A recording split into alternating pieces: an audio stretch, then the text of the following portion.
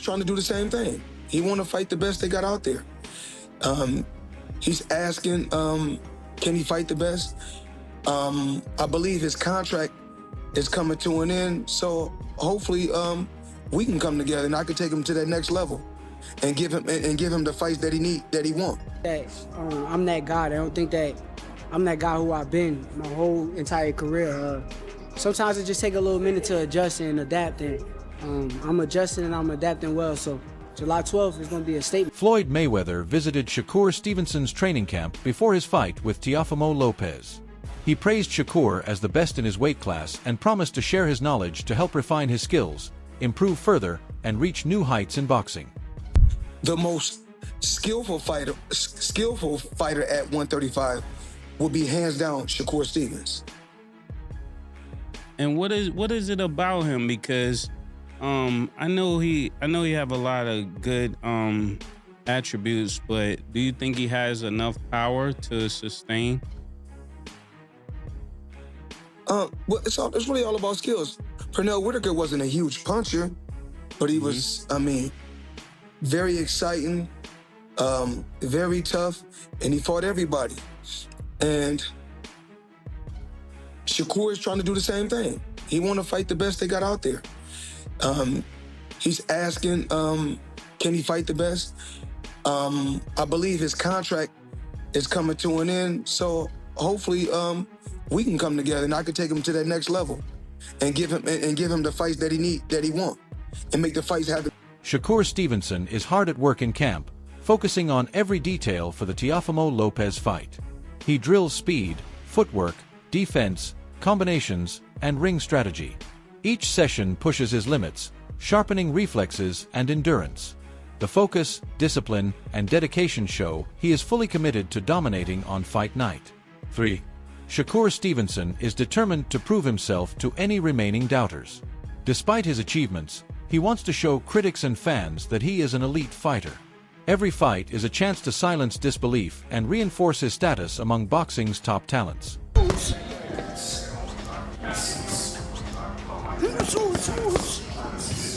Honestly, I got a chip on my shoulder though. Like, I got something to prove. I feel like with this fight, a lot of people sleeping on me. A lot of people don't think that I'm that guy. They don't think that I'm that guy who I've been my whole entire career. Sometimes it just takes a little minute to adjust and adapt, and I'm adjusting and I'm adapting well. So July 12th is going to be a statement. On the Ariel Helwani show, Shakur Stevenson discussed his fight with Teofimo Lopez and responded confidently to critics. He said Lopez has never faced anyone at his level and will challenge him unlike anyone else. Shakur also noted Lopez would struggle with elite fighters like Terence Crawford, likely being overpowered. He acknowledged Lopez's skill but stressed he isn't on Crawford's level. Addressing promotion, he mentioned that although he considered leaving Matchroom, Eddie Hearn is now involved, ensuring strong backing for this high-profile bout, highlighting how seriously he takes preparation and the business side. I mean, that's their opinion. Like, they could say that. But I know he never fought nobody on my level. Like, I'm 1,000,000% sure that Teo has never seen nobody as good as me in his life. He's talking about, like, once he gets through you, then he wants Crawford, names like that. How do you think he would do against someone like Terence at this point?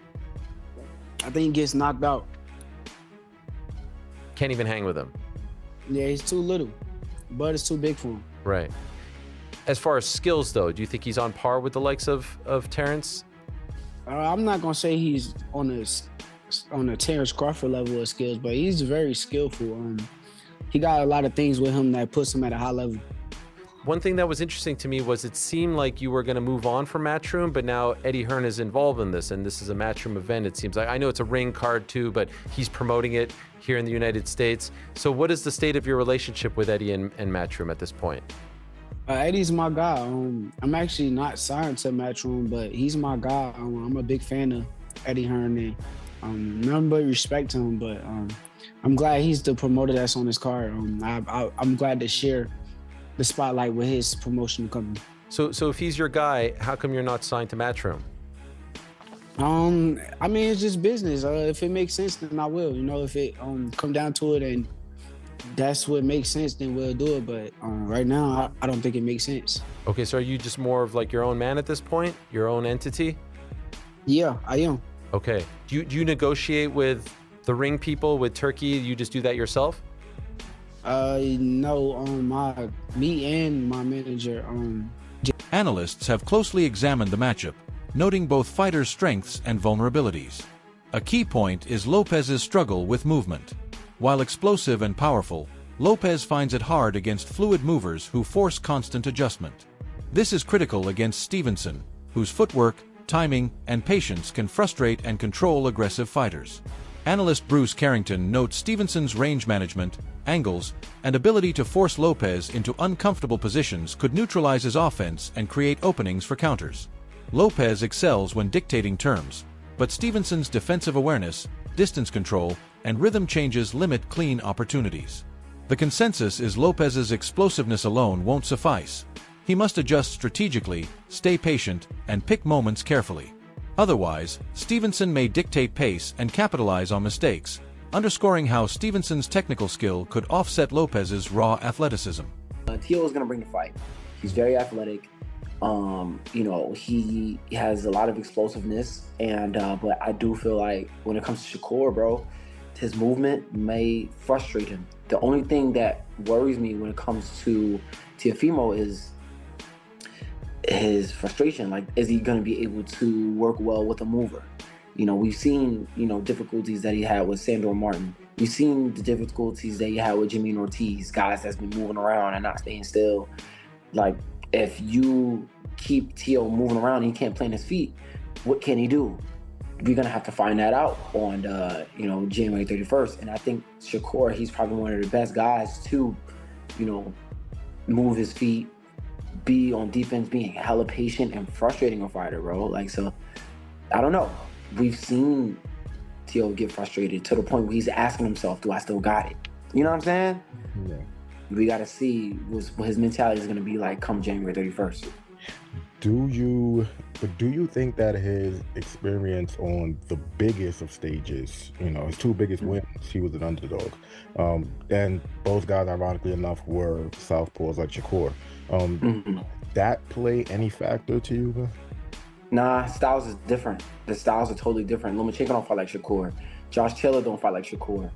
Like I don't see, just because southpaw, that same thing will happen. I feel like certain techniques could be used to fight Shakur, yeah.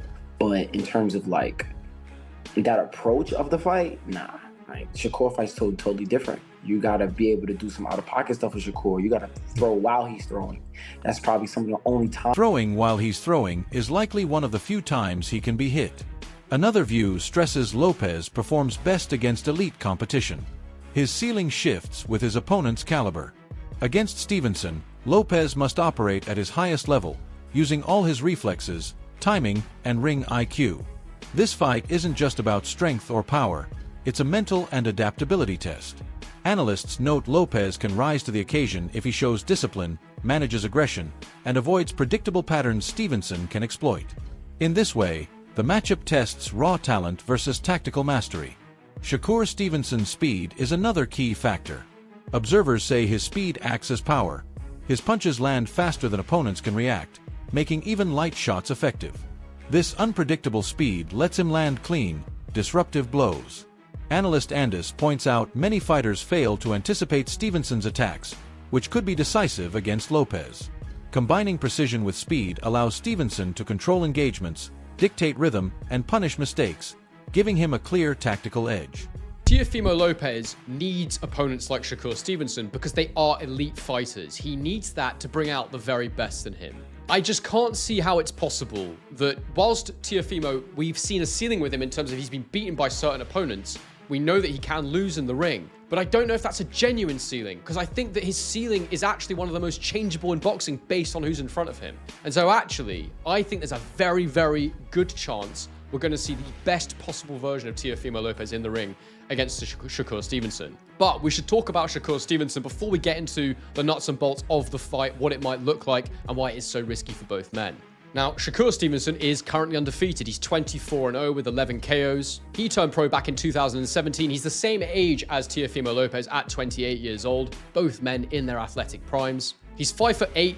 I mean, these are on paper heights, so potentially a little bit shorter. He could even be a bit taller than Teofimo Lopez. I really need to see them next to each other to make that assessment. No lifts in the shoes, all that stuff. But around the same size is the most important thing. The difference, though, with Shakur Stevenson is he's actually a 3-weight division world champion, and he started a division lower than Teofimo Lopez, meaning naturally it would appear that he's slightly the smaller man. Although that doesn't necessarily mean they're now not the same size. He could easily have filled out to be roughly the same size as Teofimo Lopez is on the night in the ring. Now, for me, I'm going to jump back to 2021 to first start talking about Shakur Stevenson when he managed to get a win over Jamel Herring. Again, he'd had significant wins before this fight, but it was the first one where I really tuned into his career. Notable wins had already come against Joet Gonzalez, Jeremiah Nakathila, but no one that was really a household name. Maybe Joet Gonzalez. No giant names. Jamel Herring was the first one where I was like, I know who Jamel Herring is. He beat Carl Frampton. He beat Lamont Roach. This is a very, very decent operator. And what can I say? I mean, Shakur Stevenson just absolutely dominated him and TKO'd him in the 10th round of their fight. But this was a really, really landmark, standout performance from Shakur Stevenson. The talent was there for all to see. Everybody could tell this was a... Bucini's issues a strong warning to Teofimo Lopez. Never underestimate Shakur Stevenson. Stevenson's speed is a weapon. Opponents often don't see his punches coming, giving him a timing and precision edge. Even minor shots can have major impact because his speed lets them land clean and unexpected, and stresses that underestimating Stevenson's blend of speed, skill, and IQ could be a costly mistake for Lopez. Every punch carries more threat than it appears, making Stevenson uniquely dangerous. Pick him apart, man. Pick him apart. And I gotta tell everybody this, that Wichicombe is real athletic too. Teofimo. So I mean, I don't think it's gonna be an easy fight. You know what I mean? People think, a lot of people say it's gonna be easy and all that. Nah. Teofimo can punch and he can box. And like I said, he's real athletic. So, you know what I mean? That'll make it a little difficult right there, you know what I mean? I see a lot of people going back and forth with it. Some people think Teo got the advantage because of the weight and that he's athletic and explosive.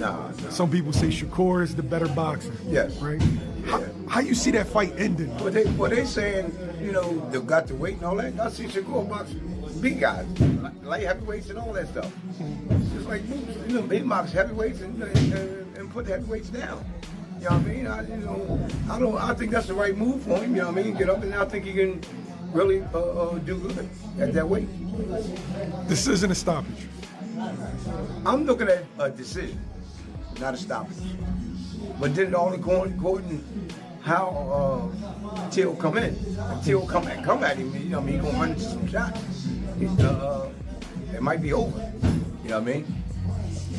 Now, you always tell me it's the shot that you don't see coming. That's it. That power is speed. Right. So, could it be a situation where people underestimate Shakur's punching power? Yeah. I think Shakur can punch. You know what I mean? I think he can punch. It's just like I said, speed is power. Not them guys, muscle-bound guys come in and they tell me, oh, he can punch and all that. Like I just got finished saying, like you just got finished saying, matter of fact, the punch that you don't see knocks him out. And they always say, man, I didn't see that punch coming. That's the one you worry about. I mean, then you got to look at this. Shakur Stevenson's sense of accountability sets him apart. He trains and fights with unwavering discipline, knowing every decision and movement can change a fight's outcome. He takes full responsibility for his performance, preparing meticulously physically and mentally to execute under pressure. This self-awareness drives him to constantly refine skills, correct errors, and adapt mid-fight. His accountability strengthens his technique and bolsters his confidence, making him consistently prepared, strategically sharp, and capable of top-level performance against any opponent. Despite Stevenson's technical edge, analysts warn against underestimating Lopez. Rise to the occasion and be prepared for that fight. So I feel like Shakur has to keep that fight in the middle of the ring, use his counter ability. But if Teo's speed is a problem, I think Shakur is going to run into a lot of problems. But if Shakur is the faster fighter with the good reflexes to counter, he'll be fine, I think. But Teo says a lot of crazy things that a lot of us don't agree with. But at the end of the day, the dude can fight. His last performance, he just, showed him that his levels to this, right? Lopez is on a whole different, I'll say, category when it comes to boxing that Shakur is at. I think this is a great fight. I'm gonna go ahead and give my prediction. If these two fight, it's gonna be kind of like a Floyd versus Zab Judah-ish, or I'm gonna say Zab Judah. I know Zab Judah is a different fighter than Lopez, but I think what's gonna happen is gonna become a chess match. Who can counter who? Lopez, I think, will get hit early and start respecting Shakur's power. I think Shakur will keep everything to the middle of the ring and be able to adjust with his movements, his counter ability, and his defense. Like, he's able to make those adjustments that are very similar to Floyd. So I'm gonna go with Shakur on this one, but you cannot sleep on Lopez because he comes to fight. The fight that he shocked me was against Lomachenko. He came ready for war, and I think Shakur, he's starting to, get fights that are kind of setting him up for these mega fights, and he'll be. Timothy Bradley notes Lopez is unpredictable and confident. While he may struggle with a disciplined technician like Stevenson, his risk-taking and ability to capitalize on openings make him dangerous. Lopez's natural power and confidence mean one lapse in Stevenson's defense could shift momentum fast. This keeps the fight high stakes and unpredictable, even with Stevenson's skill and ring IQ advantage. Lopez's mental state and past challenges also matter. He has faced distractions and motivation lapses, even considering stepping away from boxing. Personal and external pressures have sometimes hurt his focus, causing inconsistency. But recent reports say he has rediscovered his passion for the sport. Regaining discipline is key for Lopez to peak against Stevenson. Analysts believe if Lopez is fully mentally committed, he can elevate, but any lingering distraction could prove costly in a matchup demanding total sharpness. Fight for Shakur Stevenson. Nope, it ain't gonna be an easy fight. Nope. After studying freaking Lopez yesterday, man, look, that athleticism that he got, that speed that he got, the boy is a what's the name I'm looking for? What can I say? He's autonomous. That's the word I'm looking for.